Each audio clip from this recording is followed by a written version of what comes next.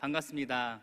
김민석 전도사입니다. 우리 함께 모여서 예배당에 모여 예배드리며 나아가는 여러분을 주님의 이름으로 환영하고 축복합니다. 우리 옆 사람들과 함께 이렇게 인사 나눠볼까요? 귀하게 쓰임 받읍시다. 귀하게 쓰임 받읍시다. 아멘. 함께 나눈 말씀처럼 인사처럼 하나님께 귀하게 쓰임받는 그런 복된 인생들 다 되시기를 주님의 이름으로 축복합니다. 전 오늘 여러분들과 함께 누가복음 10장 29에서 37절 말씀을 가지고 나도 너처럼 이라는 제목으로 함께 말씀을 나눠보고자 합니다. 본문 말씀은 잠시 후에 보도록 하겠습니다. 여러분, 인생을 살면서 전혀 알지 못하는 어떤 사람에게 큰 은혜를 입게 된다면 여러분은 어떤 기분일까요? 제가 대학원에 다니던 시절의 이야기를 하나 해드리려고 합니다. 제가 신학대학원에 재학 중일 때 동기 2명과 함께 셋이서 세차를 하러 간 적이 있어요. 세차를 하러 가서 각자의 차를 열심히 세차를 하고 있는데 그 중에 한 명이 갑자기 저에게 뛰어와서 큰일이 났다는 거예요. 담임 목사님 만났으면은 발전기금 냈어야 되는데 어쨌든 이 친구가 큰일이 났다고 해서 무슨 일이냐라고 물었더니 세차를 다 마치고 이렇게 후진을 하다가 뒷차를 박았다는 거예요. 그래서 저도 얼른 뛰어가 봤죠. 그 현장으로 얼른 뛰어가 봤더니 하필이면 외제차를 박은 거예요. 그것도 BMW를. 그래가지고 이 친구 기분이 어땠을까요? 이 브랜드가 비싸다는 건 여러분 잘 아시죠? 저도 그래서 당장 딱 생각나는 게 얼마지? 라는 생각이 들어서 핸드폰을 꺼내서 그거를 얼른 검색해봤어요. 그랬더니 1억이 넘더라고요. 엄청 1억 2천 정도 하는 차였는데 그때부터 제 가슴이 답답해지기 시작하는 거예요. 마치 제가 박은 것처럼. 그 친구 기분은 어땠을까요? 이 친구 기분이 어땠을까 생각해 봤을 때 정말 내가 왜 그랬을까? 내가 왜 후진을 했을까? 내가 왜 세차를 왔을까? 이런 여러 가지 감정들이 교차하지 않았을까요? 그래서 그 차 주인을 찾았는데 맡기고 갔다고 하더라고요, 차를. 조금 기다리니까 또 하나의 BMW가 또 한 대 딱 들어오더라고요. 예상했던 것처럼 그 차주셨어요. 그러더니 저에게 다가와서 화를 내시면서 하시는 말씀이 이 차를 제가 얼마나 애지중지하는 차인데 잔기스 하나도 없이 제가 저희 아내 차거든요. 그래서 잔기스 하나 없이 제가 진짜 애지중지 이렇게 타는 차인데 이렇게 차를 박아놓으면 어떡합니까? 라고 화를 빡 버럭 내는 거예요. 그때 그분을 딱 마주했을 때 저희는 죄인처럼 그냥 이렇게 고개만 숙이고 이렇게 아무 말 없이 이렇게 고개 숙이고 있다가 죄송합니다 라는 인사를 드렸던 기억이 납니다. 그 차 주인의 이야기를 들어보니까 수리비에서부터 시작해서 렌트비까지 합치면 대략 1,000만 원이 나온다는 거예요. 1,000만 원이면 제 친구의 차값이었습니다. 차를 팔아야 수리비를 줄 수 있는 그런 엄청난 상황을 마주하게 된 거죠. 그래서 그 차 주인이 제 친구에게 명함 좀 달라고 선생님 명함 좀 주세요 했더니 이 친구가 제가 명함이 없어서 신분증이라도 괜찮을까요? 그랬더니 그럼 얼른 신분증 달라고 해서 제가 신분증을 놓고 와서 학생증은 괜찮을까요? 이렇게 물어본 거예요. 그러면서 학생증을 딱 꺼내려고 하니까 이 사람이 이제 어이가 없다는 식으로 웃더라고요. 그러더니 일단 줘보라고 해서 딱 꺼낸 게 침례신학대학교 학생증이었습니다. 딱 그걸 보자마자 이분이 하시는 말씀이 신학생이세요? 이 말씀을 하시는 거예요. 저희 3명이서 함께 네 그렇습니다 라고 했더니 3분 모두 네 그랬더니 이분이 한참을 생각하시다가 그래요, 알겠습니다. 제가 그럼 일단 가서 견적을 좀 보고 연락을 드릴 테니까 일단은 너무 크게 걱정하지 마시고 집으로 돌아가세요 라고 저희한테 얘기를 하는 거예요. 뭔가 이 이야기에서부터 뭔가 긍정적인 느낌이 나지 않습니까? 그죠? 뭔가 봐줄 것만 같은. 일단 어떻게 될지 결과는 우리 모르지만 셋이서 함께 이 주인이 좋은 사람이길 바라는 마음으로 같이 기도하자 이런 식으로 이야기를 하면서 이제 흩어졌어요. 이렇게 집으로 가고 있는데 한 5분쯤 지났을까? 이 친구한테 전화가 온 거예요. 차 주인에게 전화가 왔다고요. 차 주인은 뭐라고 이야기했을까요? 네, 크게 부서진 거 아니니까 걱정하지 마시라고 이렇게 이야기를 했다는 거예요. 근데 그분이 말씀하시는 게 너무 인상 깊었다고 하길래 뭐라 그러셨냐라고 물어봤더니 사실은 나도 하나님을 믿는 사람입니다. 근데 제가 요즘에 살아가면서 사업을 하는데 너무 일이 힘들어서 어려운 중에 있는데 제가 이 상황을 잘 모면할 수 있도록 같이 기도해 주셨으면 좋겠습니다.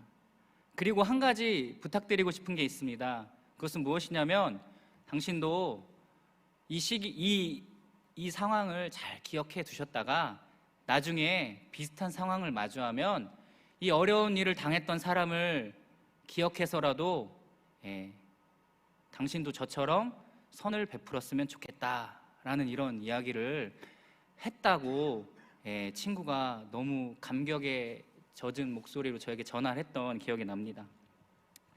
전 아직도 저에게 뛰어와서 큰일 났다면서 손을 벌벌 떨던 그 친구의 모습을 잊을 수가 없습니다. 네, 그 친구는 지금 이 인근 문화동에 있는 교회에서 전도사로 열심히 사역을 하고 있는데요. 그때 수리비로 팔았어야 할 그 차를 지금도 잘 타고 다닌다고 합니다. 네, 여러분 어떤가요? 만약 여러분이 전혀 알지 못하는 누군가에게 이런 엄청난 은혜를 받게 된다면 여러분은 과연 기분이 어떨까요? 이 차주 어떤 분인 것 같아요? 좋은 사람 같죠? 제가 보기에는 적어도 제 친구에게는 날개만 없지 천사가 따로 없을 것입니다. 또 이런 사람이 있는가 하면 올해 1월에는 기업 LG에서 지난 2009년부터 12년 동안 폐지를 모아서 기부를 한 그런 어르신에게 LG 의인상이라는 이름으로 1,000만 원을 수상한 일이 있다고 합니다. 한번 이미지 보여주실까요? 네. 근데 이 어르신께서 LG 의인상 수상으로 1,000만 원을 이렇게 상금으로 받으셨는데 그 상금까지도 어려운 이웃에게 나눠 주었으면 좋겠다라고 이렇게 후원금으로 또다시 내놓은 그런 일이 있었습니다. 그런가 하면 어떤 분은 8개월 동안 열심히 폐지를 모으신 어르신이 있으신데요. 다음 이미지 한번 보여주시겠어요? 네, 이분이신데요. 이 박화자 권사님이라는 분이신데 폐지를 주어서 헌금으로 교회에 이렇게 내놓으신 분이 있다고 합니다. 그러면서 말씀하시기를 이렇게 말씀하셨죠. 하필 폐지를 줍고 놀아야 되느냐고 그러는데 그래도 하다 보니까 내가 기쁘고 즐겁고 행복했어요. 많은 분들이 우리 하나님이 무한히 일하시니까 무한히 일하실 수 있도록 무한히 후원자들이 세워졌으면 좋겠어요 라고 이렇게 간증을 하는 장면이 TV에 방영된 적이 있습니다. 이렇게 우리도 살다 보면 우리 주변에 선한 일을 베풀며 살아가는 사람들을 종종 발견하곤 합니다. 그리고 그들이 할 수 있는 크고 작은 선행을 보면서 우리도 많은 감동을 받곤 하는데요. 그렇다면 예수님을 믿는 그리스도인이라는 우리는 일상을 살아가면서 과연 어떻게 살아가고 있을까? 이렇게 큰 결단을 내리지는 못하더라도 우리 삶 속에서, 여건 속에서, 환경 속에서 주어진 물질이 아니더라도 좋습니다. 하나님께서 우리에게 허락하신 여러 가지 달란트들을 통해서 우리 이웃들에게, 주변들에게 우리는 선한 영향력을 끼치며 살아가고 있을까요? 사실 부끄럽게도 저 또한 지난 날들을 돌아보면 주변 이웃들에게 선한 영향력은커녕 오히려 나에게 조금의 피해라도 끼치면 도리어 화를 내고 신경질을 내고 또 다투며 살았던 부끄러운 지난 날들을 떠올려 봅니다. 그래서 하나님 앞에 섰을 때 저조차도 정말 너무나도 부끄럽고 죄인스러워서 하나님 앞에 회개했던 적이 한두 번이 아닌 것 같습니다. 그래서 저는 오늘 본문 속에 등장하는 이 예수님의 모습을 통해서 우리 삶을 돌아보고 또 진단하고 과연 우리는 그리스도인으로서 앞으로 어떻게 살아가야 할 것인가에 대해 함께 생각해보는 그런 시간을 가져보려고 합니다. 자, 그럼 오늘 본문 말씀 함께 읽어볼까요? 누가복음 10장 29에서 37절 말씀인데 우리 한 목소리로 읽어보도록 하겠습니다. 시작. 이 사람이 자기를 옳게 보이려고 예수께 여짜오되 그러면 내 이웃이 누구오니까? 예수께서 대답하여 가라사대 어떤 사람이 예루살렘에서 여리고로 내려가다가 강도를 만나매 강도들이 그 옷을 벗기고 때려 거반 죽은 것을 버리고 갔더라.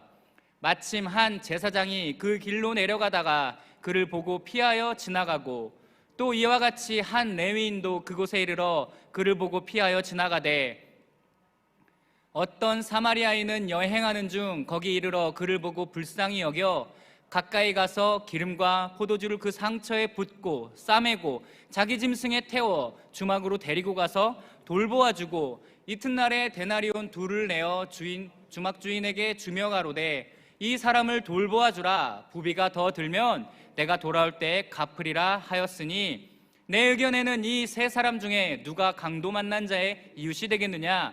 가로되 자비를 베푼 자니이다. 예수께서 이르시되 가서 너도 이와 같이 하라 하시니라. 아멘. 오늘 본문 말씀에 등장한 예수님께서는 한 비유를 설명하고 계십니다. 오늘 본문은 여러분들도 잘 알다시피 여행길에 강도를 만난 사람에게 선행을 베푼 사마리아 사람을 이야기하고 있습니다. 이 이야기는 예수님과 율법 교사의 대화에서부터 시작하는데요. 율법 교사는 당시에 히브리 성경, 그러니까 모세오경, 이 모세오경을 아주 잘 알고 있는 그런 모세오경을 해석하는 그런 사람들을 율법 교사라고 불렀습니다. 그들만큼 이 율법에 대해 잘 아는 전문인들이 없다고 할 정도였습니다.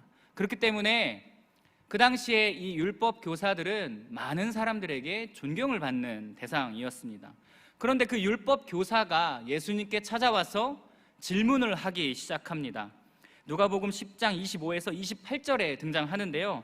예수님께 이렇게 질문합니다. 어떤 율법 교사가 일어나 예수를 시험하여 이르되 선생님 내가 무엇을 하여야 영생을 얻으리이까? 율법 교사, 율법을 아주 잘 알고 있는 사람이 예수님께 나와서 질문을 한다는 것은 과연 무엇을 의미할까요? 선생님이라고 표현을 했는데 과연 이 율법 교사가 예수님을 정말로 존경하는 선생님이라고 생각해서 예수님께 나와서 질문을 하는 것일까요? 그렇지 않습니다. 오히려 정반대입니다. 율법 교사는 예수님께서 자기 자신보다 율법을 잘 알 리가 없다라고 생각했습니다.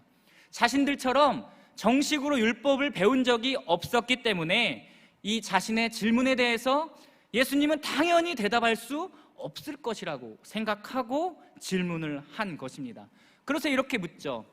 무엇을 하여야 영생을 얻으리이까? 그러자 예수님께서 이렇게 반문합니다. 율법에는 무엇이라 기록되었느냐? 그는 그의 예수님의 반문에 이렇게 대답하죠. 내 마음을 다하며 목숨을 다하며 힘을 다하며 뜻을 다하여 내 주 너의 하나님을 사랑하고 또 내 이웃을 내 몸과 같이 사랑하라 이렇게 쓰여 있다라고 대답을 합니다. 그래서 예수님께서는 이렇게 대답하죠. 내 대답이 옳도다. 이를 행하라. 그러면 살리라. 이런 배경 속에서 오늘 본문이 등장하는 것입니다. 영생에 대해서 질문했던 이 율법 교사는 이제 자신이 예수님께 했던 그 질문이 옳다라는 것을, 타당한 질문이었다라는 것을 증명하기 위해서 또 이렇게 묻죠. 그렇다면 누가 제 이웃입니까? 그러자 예수님께서는 이 두 번째 질문에 대해서 한 이야기를 해 주십니다. 30절 말씀을 함께 읽어보도록 하겠습니다. 예수께서 대답하여 가라사대 어떤 사람이 예루살렘에서 여리고로 내려가다가 강도를 만나매 강도들이 그 옷을 벗기고 때려 거반 죽은 것을 버리고 갔더라.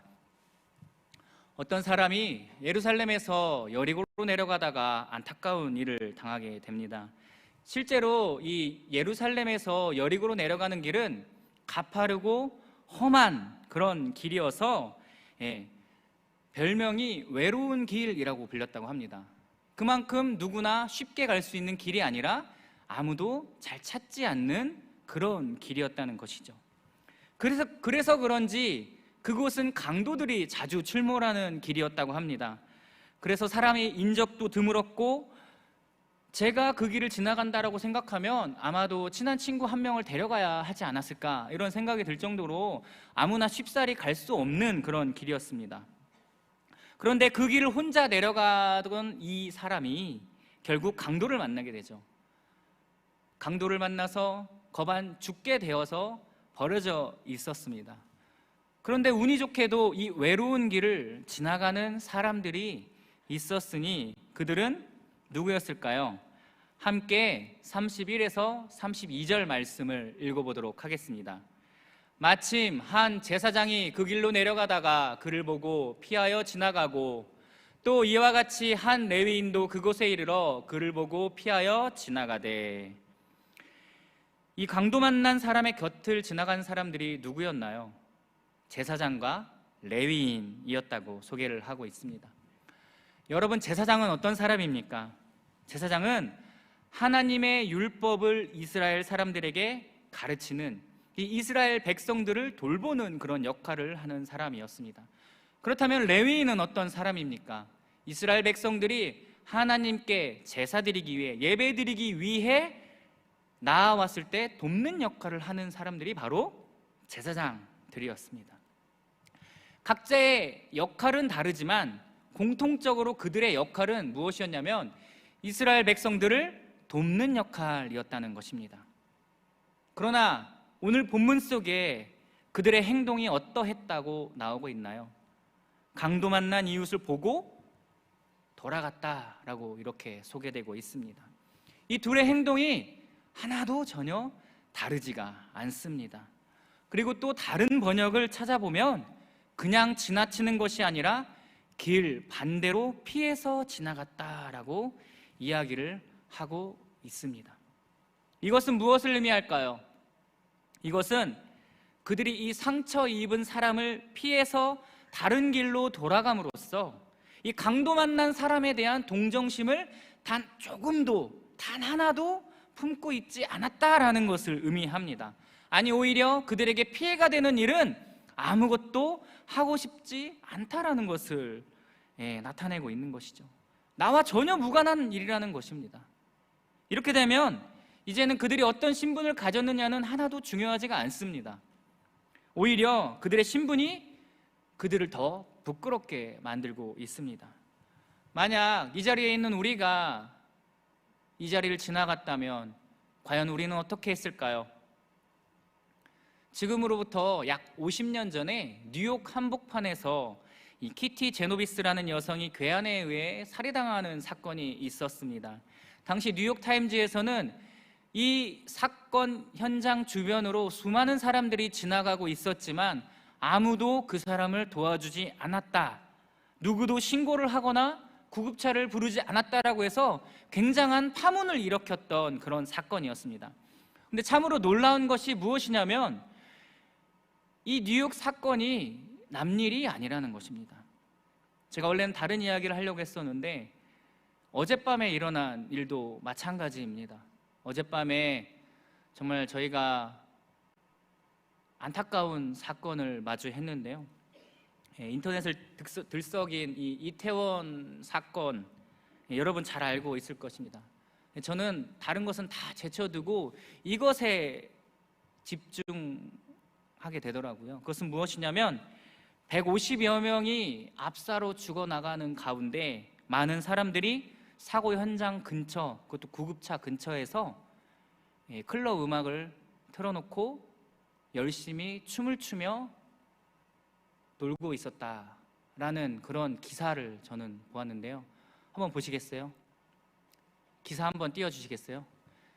구급차 근처로 많은 사람들이 도와주지는 못할 망정 클럽 음악을 더 크게 틀어놓고 몸을 들썩이며 핸드폰으로 사람들이 실려나가는 모습을 촬영하면서 웃고 있었다라는 이 장면이 뉴스에 나왔습니다. 어쩜 이 시대가 이렇게 되었을까요? 수많은 사람들이 모포의 얼굴을 덮은 채로 세상을 떠난 그 사람들 곁에서 어떻게 이렇게 악한 행동을 할 수 있었을까요? 그렇다면 그 자리에 우리가 없었을 뿐이지 과연 우리라면 어떻게 했을까요? 그래서 저는 오늘 여러분들과 함께 이 본문 말씀을 통해서 우리가 어떤 사람이 되어야 할지, 이 그리스도인으로서 어떤 삶을 살아가야 할지에 대해서 저는 한 가지만 여러분들께 말씀드리고 싶습니다. 그것은 무엇이냐면 말씀을 삶으로 살아내는 사람이 되자라는 것입니다. 우리 함께 읽어볼까요? 말씀을 삶으로 살아내라.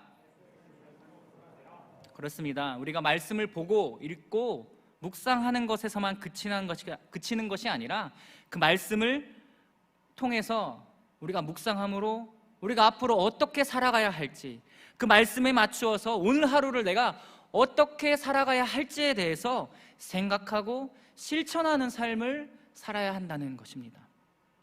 예수님께서는 지금부터 등장하는 한 인물을 통해서 어떤 사람이 과연 율법 교사의 이웃인지에 대해서 이렇게 답을 해 주십니다. 이 사람의 모습을 통해서 우리가 어떻게 신앙생활을 해 나아가야 할지 그 방향을 찾으셨으면 좋겠습니다. 전 본문을 보면서 이 강도 만난 사람은 정말 운이 좋다고 생각했습니다. 이 외로운 길을 3명이나 지나갔기 때문입니다. 물론 안타깝게도 2명은 그냥 지나쳐서, 아니 피해서 반대로 돌아갔지만 이 사람은 뭔가 달랐습니다. 33절 말씀 함께 읽어보도록 하겠습니다. 어떤 사마리아인은 여행하는 중 거기 이르러 그를 보고 불쌍히 여겨. 이번에 등장한 이 사마리안 사람은 여행하는 중이었습니다. 보통 여행하는 사람은 도움을 받는 입장인데 이 사람은 도리어 도움을 주는 입장으로 등장하고 있습니다. 앞서 지나간 2 사람과는 많은 다른 모습을 보여주고 있는데요, 이 강도 만난 사람을 보며 이 사마리아 사람은 어떻게 여겼습니까? 불쌍히 여겼다라고 소개되고 있습니다. 여기에 나오는 불쌍히 여겼다는 말은 앞선 제사장과 레위인의 행동과 대조되는 모습을 보여주고 있습니다. 반대로 돌아간 강도 만난 사람을 방관했던 이 제사장과 레위인과는 다르게 불쌍히 여겼다라는 이 한 마디를 통해서 사마리아 사람이 어떻게 행동할 것인지에 대해서 우리는 짐작해 볼 수가 있습니다. 여기 소개된 이 불쌍하게 여겨라는 표현은 헬라어로 동정하다, 자비를 베풀다라는 뜻으로 많이 사용되었습니다. 이 단어는 예수님과 관련된 태도를 표현할 때 자주 등장하는 표현인데요, 문둥병 환자를 고치실 때 예수님께 고침을 청하던 2명의 눈먼 사람이 목자 없는 양 같은 백성들을 돌보실 때 예수님의 심정이, 아들을 잃고 울고 있던 나인성 과부가, 그리고 귀신을 쫓아달라고 간청을 할 때 사용되던 단어가 바로 이 불쌍히 여겨라는 단어입니다. 이 단어는 위태로운 순간에 사람을 구하기 위하여서 모든 재물과 시간과 힘과 생명을 조금도 아끼지 않는 그런 태도를 표현할 때 사용되는 그런 단어입니다. 우리 함께 34에서 35절 말씀을 읽어보도록 하겠습니다. 가까이 가서 기름과 포도주를 그 상처에 붓고 싸매고 자기 짐승에 태워 주막으로 데리고 가서 돌보아주고 이튿날에 데나리온 2를 내어 주막 주인에게 주며 가로되 이 사람을 돌보아주라. 부비가 더 들면 내가 돌아올 때에 갚으리라 하였으니. 이제 사마리아 사람이 이 강도 만난 사람을 얼마나 불쌍하게 여겼는지에 대해서 여러분은 조금 이해할 수가 있을 것 같습니다. 만약 여러분이 이 시대의 사마리아 사람이었다면, 예를 들어서 오늘 주일 예배를 드리러 오는 길에 이 길 앞에서 어려움을 당한 강도를 만난 사람을 여러분들이 마주했다면, 그래서 괴한에게 피를 흘리며 두들겨 맞아서 쓰러져 있는 사람이 있었다면 과연 우리는 어떻게 해야 할까요? 본문 속 이 사마리아 사람의 모습처럼 우리가 직접 나서서 포도주를 붓고 싸매고 집에 데리고 가서 치료해주고 또 사비를 털어서 병원에 데리고 가서 이 사람의 병원비를 지불할 수는 없다 할지라도 우리가 적어도 119에 신고 정도는 해야 하지 않을까. 요즘 사회 분위기가 흉흉하고 예전 같지 않다고 해서 너무 방관하며 살아가고 있지는 않은가, 이런 생각이 들었습니다. 예수님께서는 이 강도 만난 자의 이야기를 하면서 율법 교사에게 누가 이 사람의 이웃이 되겠느냐라고 이렇게 묻습니다.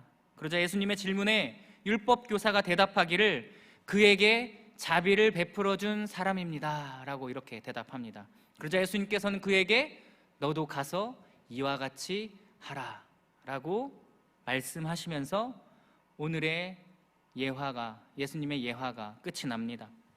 예수님께서는 이 율법 교사에게 사마리아 사람과 똑같이 하라라고 말씀하셨습니다. 이것은 율법 교사에게만 국한된 것이 아니라 오늘날을 살아가고 있는 우리에게도 해당하는 말씀인 줄 믿습니다. 지금 오늘 우리에게 하시는 말씀으로 여러분들이 받아들이셨으면 좋겠습니다. 그렇다면 과연 우리는 어떻게 살아가고 있습니까? 과연 내 인생 속에, 여러분의 삶 속에 놓여진 강도 만난 사람은 누구입니까? 그리고 그 강도 만난 사람을 마주한 우리는 어떻게 행동하고 어떻게 대처하며 살아가고 있습니까?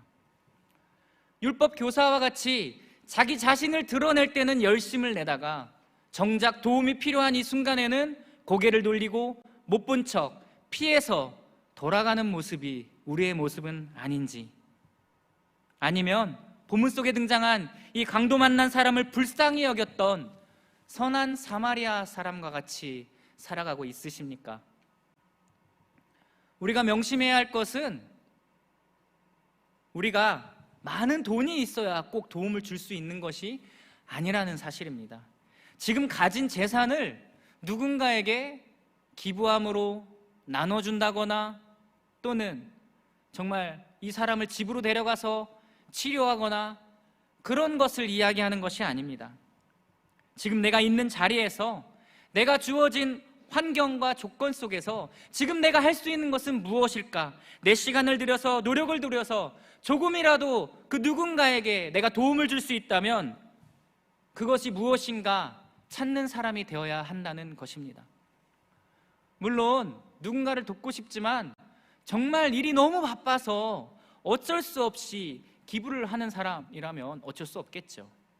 그러나 하루 24시간 365일 온전히 나만을 위해서 사는 인생, 그래서 그냥 가진 것 중에 일부를 주면서 이 정도 선행이면 됐지, 이런 식으로 개인 스스로 합의하는 그런 인생인지, 누군가는 폐지를 주어서 12년 동안 기부를 했다라고 이야기했는데 그 사람이 정말 가진 것이 많은데 그렇게 시간을 들여서 일을 한 것입니까? 제가 생각하기에는 자신이 할 수 있는 일에 최선을 다해서 가장 선한 방법으로 하신 것이라는 생각이 들었습니다. 가수 션 여러분 잘 아시죠? 가수 션. 우리가 가수 션을 굉장히 존경을 많이 하는데요. 이 가수 션이 존경을 받는 이유가 무엇입니까? 연예인이라서 그 사람이 존경을 받나요? 그렇지 않습니다. 이 션이라는 가수가 많은 선행을 베품으로 말미암아서 그 사람이 어떻게 선행을 베푸는가를 우리가 많은 매체를 통해서 보고 들었기 때문에 이 가수 션을 존경하는 것입니다. 여러분, 헤비타트라는 봉사활동 단체 아십니까? 최근에 이 가수 션은 이 헤비타트라는 봉사활동을 통해서 독립유공자에게 7번째 집을 지어주었다라는 뉴스가 나왔습니다. 한번 보시겠어요? 네, 독립유공자 후손에게 7번째 보금자리를 지어서 선물했고 8번째 보금자리가 12월에 또 완공될 예정이라고 합니다. 이것이 돈만으로 해결되는 일일까요? 이 사람 혼자 가진 돈으로 지었을까요? 그렇지 않습니다. 진짜 선행은 시간과 정성을 다해서 자신이 가진 달란트를 총동원해서 하는 것입니다. 돈만 낸다고 해서 자신의 의무를 다하는 것이 아닙니다. 진짜 선행은 균형 있게 드러나는 법입니다. 그런 의미에서 이 자리에 청년들이 많이 있는데 저희가 6주에 한 번씩 본당 청소를 하고 인근 주변 봉사활동을 하고 있습니다. 생각보다 참여도가 많이 저조합니다. 지난주에 했었는데 13명 참석했거든요. 이번 기회를 통해서 다음 봉사활동 할 때 많은 사람들이 나와서 같이 여러분의 시간을 들여서 정성을 들여서 이웃을 섬기는 그런 여러분들 되셨으면 좋겠습니다. 그리고 가수 션이 했던 것처럼 내년에 날이 한번 따뜻해지면 우리도 함께 이 헤비타트 봉사활동을 한번 했으면 좋겠습니다. 대전에도 헤비타트 봉사활동 단체가 있는 것으로 아는데 여러분의 젊은 날에 시간을 들여서 귀한 곳에 쓰임받는 인생 되셨으면 좋겠습니다. 저도 대학 시절에 이 헤비타트 봉사활동에 참여해서 이웃 주변의 가난한 이웃들을 위해서 물질을 드리고 시간을 들여서 집을 지으러 봉사활동을 다녀왔던 그런 추억들이 새록새록 나는데요. 이 헤비타트의 원리 중에 첫 번째가 뭔지 혹시 아시나요? 그 첫 번째는 바로 이것입니다. 예수의 사랑과 가르침을 행동으로 보여준다라는 것입니다. 내가 받은 사랑을 나만 간직하는 것이 아니라 누군가에게 흘려보낼 수 있다면 그것이 바로 복음이고 그것이 바로 예수님의 사랑인 줄 믿습니다. 설교를 마무리하고자 합니다. 전 오늘 설교를 시작하면서 제가 대학원에 다닐 때 겪었던 일에 대해서 한 가지 소개를 해드렸습니다. 여러분들도 들으면서 느끼고 생각했듯이 많은 사람들이, 어떤 사람들은 선행을 베풀며 살아갑니다. 이 이야기를 교회 다니지 않는 제 친구에게 해주었더니 대한민국 아직 살만하네 라고 이렇게 이야기를 하더라고요. 전 스스로 생각해 봤습니다. 제가 이 사람이라면 과연 나는 어떻게 행동했을까? 그렇게 행동하는 일이 쉬운 결정이었을까? 물론 쉽지 않습니다. 저도 한 3개월 전에 주차를 해두었는데 어떤 사람이 제 자동차를 자전거로 치고 간 거예요. 그랬는데 그 사람이 저에게 무엇이라고 이야기하냐면 거기 불법 주차구역 아니냐, 왜 차를 거기다 세워놨냐, 거기에 차를 세워둔 당신이 잘못이다. 그리고 주차되어 있던 차에 자전거를 부딪히면서 며칠을 내가 많이 아팠으니까 병원에 가야겠다 라고 이렇게 저에게 이야기를 하는 거예요. 여러분 좀 당황스럽지 않습니까? 저는 운전도 안 했고 차를 세워뒀는데 혼자 와서 부딪혔어요. 그런데 이렇게 뻔뻔하게 나오더라고요. 세상 사람들은 이렇게 이기적입니다.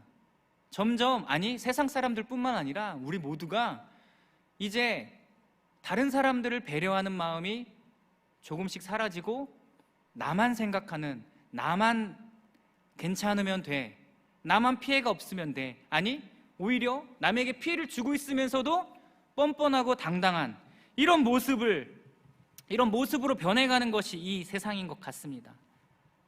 그리고 마치 자신의 생각과 주장이 정답인 것처럼 이야기를 하죠. 하지만 그렇다고 해서 우리까지 그들처럼 살아갈 필요는 없습니다. 비록 세상은 이렇게 점점 악해져 간다 할지라도 우리는 선을 베풀며 살아가야 할 것입니다. 하지만 우리가 예배를 드리고 이 또 세상 가운데 나아가 살아가는 우리의 일상생활을 한번 복기해 보면 오늘 본문 속에서 등장한 이 율법 교사나 제사장, 레위인과 같은 모습이 자신을 옳게 보이는데 혈안이 되어 있는 모습이 지금 우리의 모습은 아닙니까? 오늘 본문 속에 등장한 이 사마리아 사람의 모습이 더욱 빛이 나는 이유는 바로 자기 자신을 옳게 보이려는 그런 모습이 아니라 타인을 생각하는 마음, 배려하는 마음, 자비를 베푸는 마음이 진심이라는 것을 우리가 느낄 수 있기 때문입니다. 여러분은 강도 만난 사람의 심정을 생각해 보신 적 있으십니까? 너무나도 많이 맞아서, 너무나도 많은 피를 흘려서 지금 죽어가고 있는 목숨을 건질 수 있는 기운이 하나도 남아있지 않은 이 광야 한가운데 버려져 있는 이 사람에게 다가온 이 사마리아 사람은 정말 빛과 같은 존재였을 것입니다. 구원의 손길로 여겨졌을 것입니다. 그런데 우리는 무엇이 두렵고, 무엇이 더럽고, 무엇이 겁이 나고, 무엇이 싫어서 피해서 돌아가고 있습니까? 오늘 이 자리에 나온 우리 가운데 과연 누가 그에게 선한 사마리아 사람이 되어줄 수 있겠습니까? 저는 성경 한 구절을 읽고 마치려고 하는데요, 에베소서 5장 2절 말씀에서는 이렇게 말씀하고 있습니다. 그리스도께서 너희를 사랑하신 것 같이 너희도 사랑 가운데서 행하라. 그는 우리를 위하여 자신을 버리사 향기로운 제물과 생축으로 하나님께 드리셨느니라. 아멘. 우리가 잊고 살아가는 것이 있습니다. 오늘 본문 속에 등장한 강도 만난 사람은 우리 주변에 있는 그 누군가가 아니라 바로 우리라는 사실입니다. 죄악이라는 강도를 만나서 세상 가운데 버려져 있던 우리를, 아무 자격도 없는 우리를 하나님께서는 불쌍히 여기시고 우리를 구원하시기 위해서 예수 그리스도를 이 땅에 보내주셨습니다.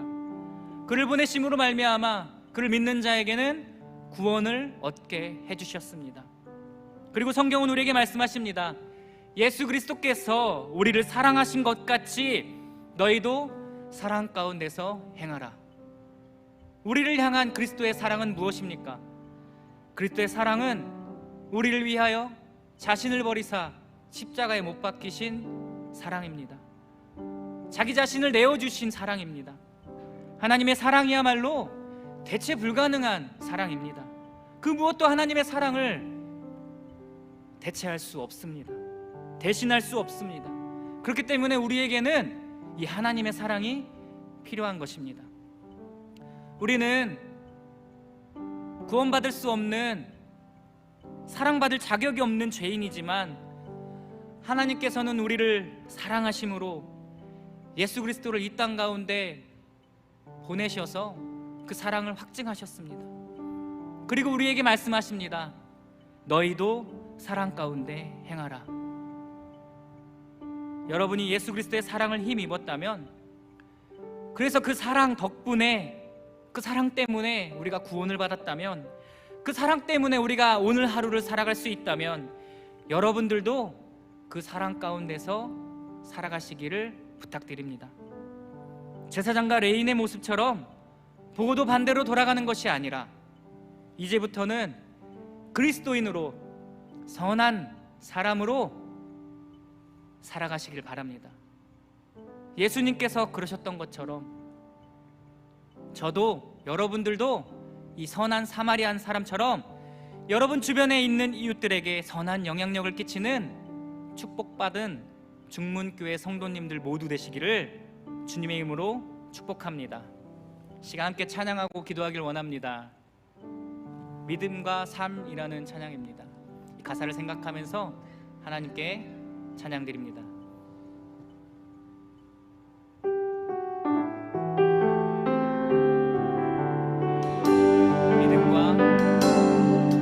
믿음과 삶을 살아내는 실력이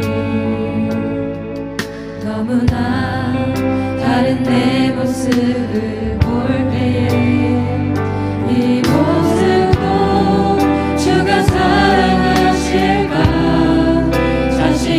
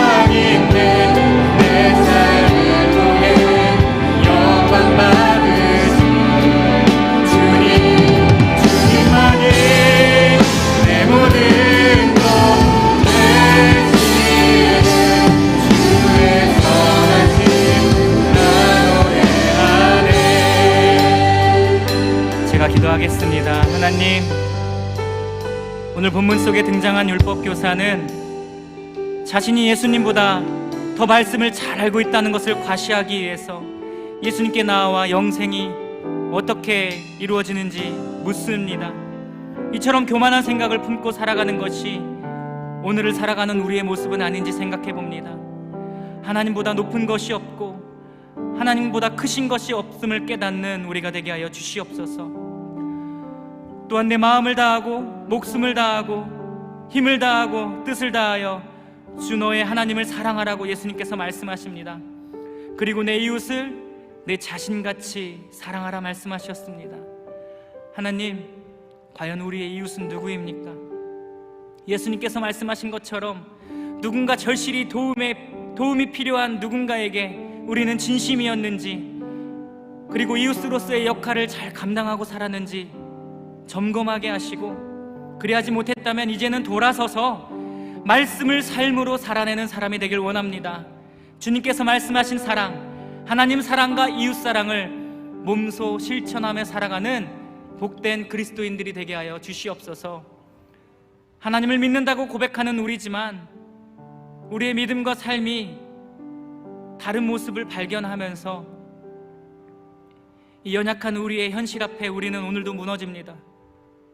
하지만 그런 우리의 모습, 주님, 그런 우리의 모습조차도 주님 사랑하여 주시고 하나님의 사랑으로 말미암아 구원받게 하여 주시니 감사합니다.